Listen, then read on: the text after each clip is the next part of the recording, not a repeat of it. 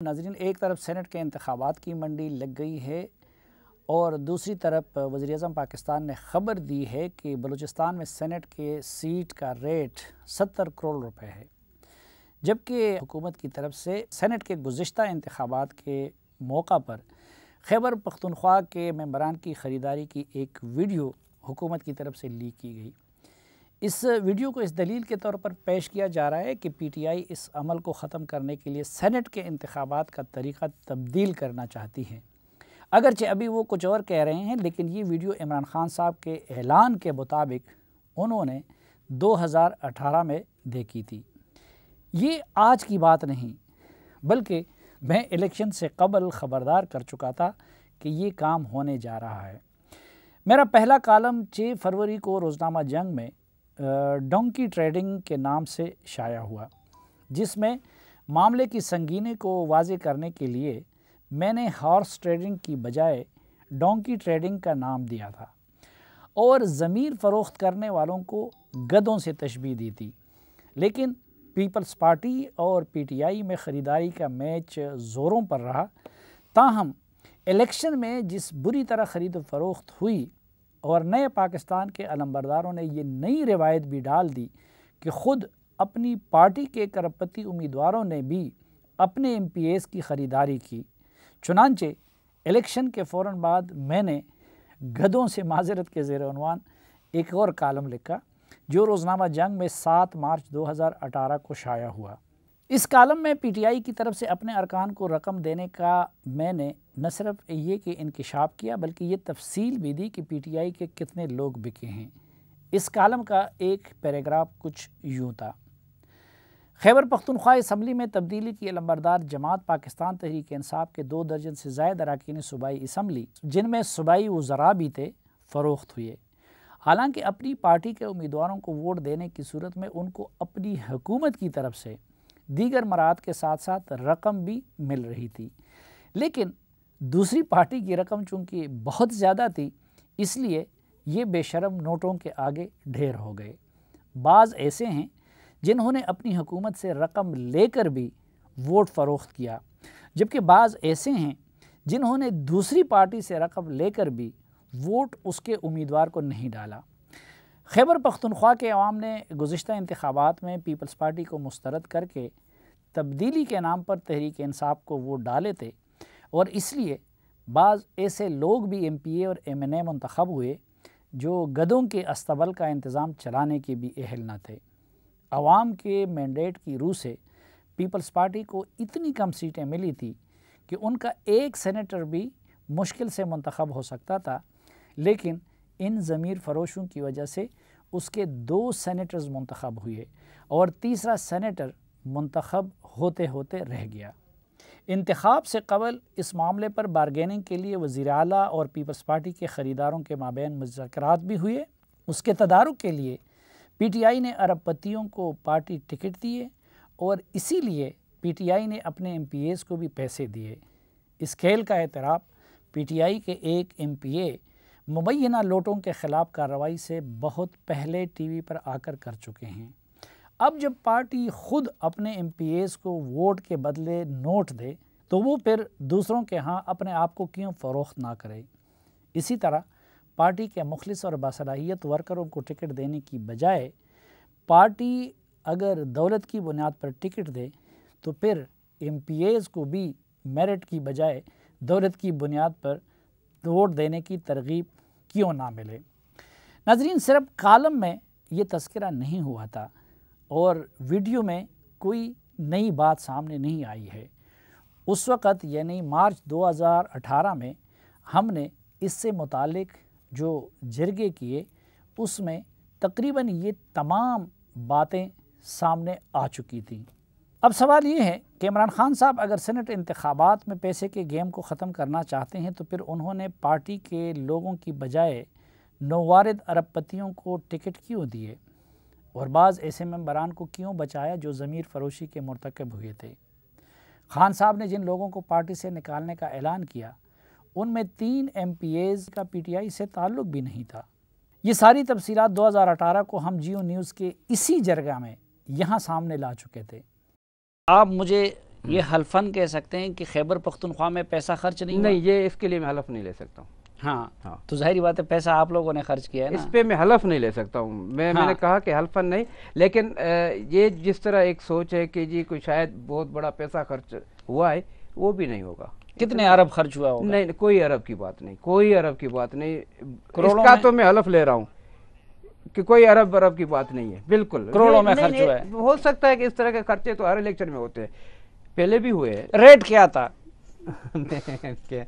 کوئی ریٹ نہیں تھا. اچھا، زیادہ آپ لوگوں نے پی ٹی آئی کے خریدے یا کسی اور جماعت کے؟ دیکھیں، بات یہ نہ کریں کہ خریدیں، زیادہ تر ہمیں پی ٹی آئی کے لوگوں نے ووٹ کیا. ہمیں کتنے پی ٹی آئی کے لوگوں نے ووٹ کیا آپ کو؟ ہمیں تقریباً 10-12 کے قریب لوگوں نے ووٹ کیا ہمیں. اچھا، تو یہ ان کے باقی لوگ کسی اور جگہ گئے ہیں؟ ان کے تو لوگ بہت ٹوٹے ہیں. بس وہ اب یہی تو سوال ہے.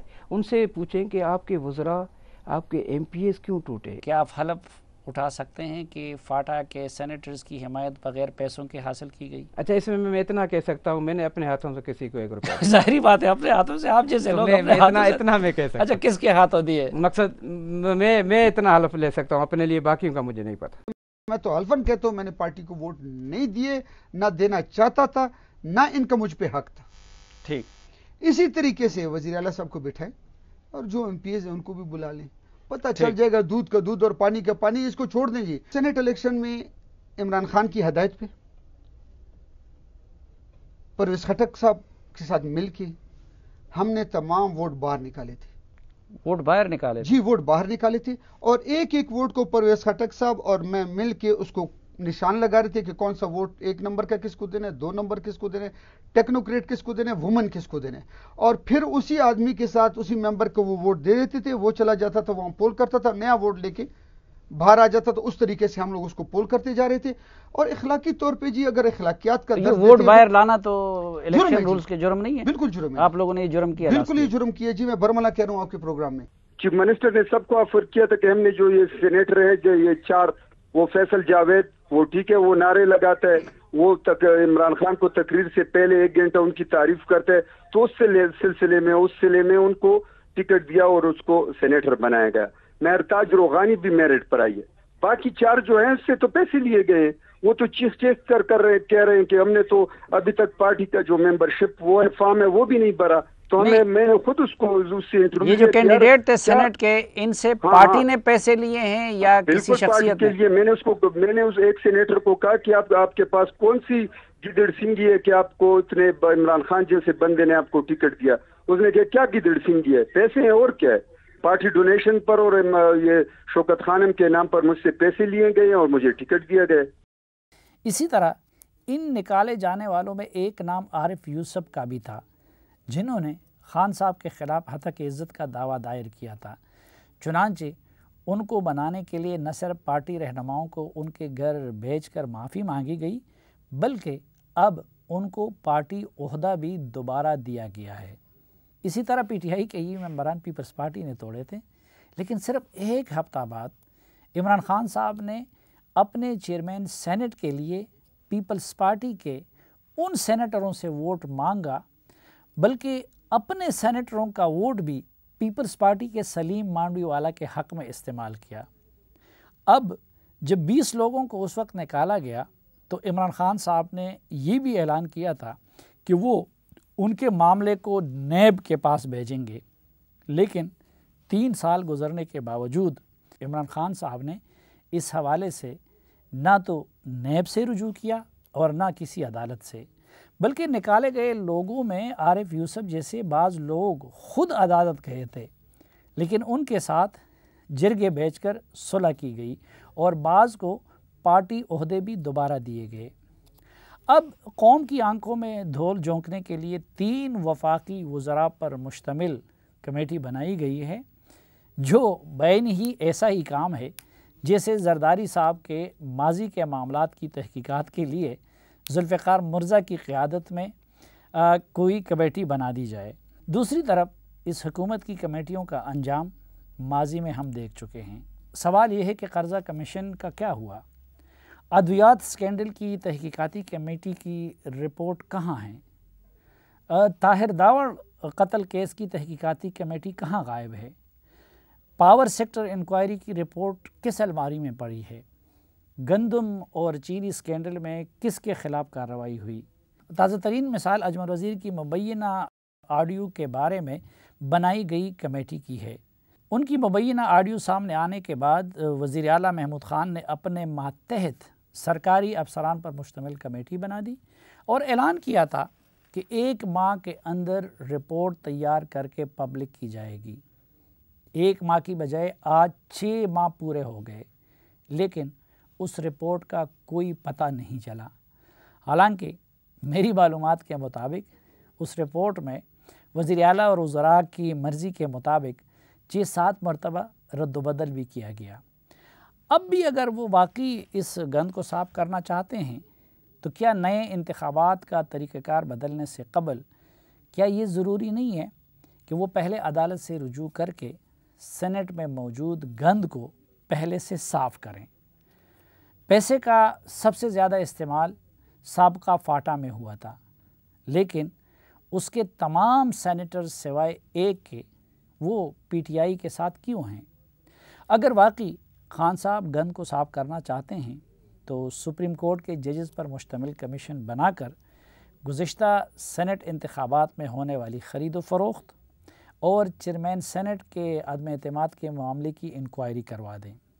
ساتھ بلوچستان اور سندھ کے معاملات کو بھی دیکھا جائے اور جو لوگ ہارس ٹریڈنگ کے مرتکب ہوئے ہیں پہلے ان کے گند سے موجودہ سینٹ کو صاف کرایا جائے، نہیں تو اپوزیشن کے اس دعوے کو درست سمجھا جائے گا کہ مقصد سینٹ کے انتخابی عمل کو شفاف بنانا نہیں بلکہ اپنے چہیتوں اور چند مزید ارب پتیوں کو منتخب کروانا مقصود ہے۔ اسی طرح خان صاحب اگر واقعی اپنے دعوے کو سچ ثابت کرنا چاہتے ہیں تو پھر ضروری ہے کہ نوواردوں اور ارب پتیوں کی بجائے اب کے بار پارٹی ٹکٹ میرٹ پر پارٹی سے وابستگی اور قربانی کی بنیاد پر دی جائے۔ ناظرین، ایک مختصر سی بریک اور واپس آئیں گے تو 2018 کے سینٹ کے انتخابات کے مختلف کردار جن میں متاثرین بھی شامل ہیں، جن میں وہ لوگ بھی شامل ہیں جن پہ خریداری کا الزام ہے، اور وہ صحافی اور تجزیہ کار بھی شامل ہیں کہ جنہوں نے خود اپنی آنکھوں سے بعض اس طرح کی چیزوں کو دیکھا، وہ ہمارے ساتھ ہوں گے اور اس گرینڈ جرگہ میں ہم تفصیل کے ساتھ آپ کے سامنے وہ حقائق لائیں گے جو کہ 2018 کے سینٹ انتخابات میں ہارس ٹریڈنگ یا ڈونکی ٹریڈنگ سے متعلق ہیں۔ ہمارے ساتھ رہیے، ملتے ہیں ایک مختصر سے وقفے کے بعد۔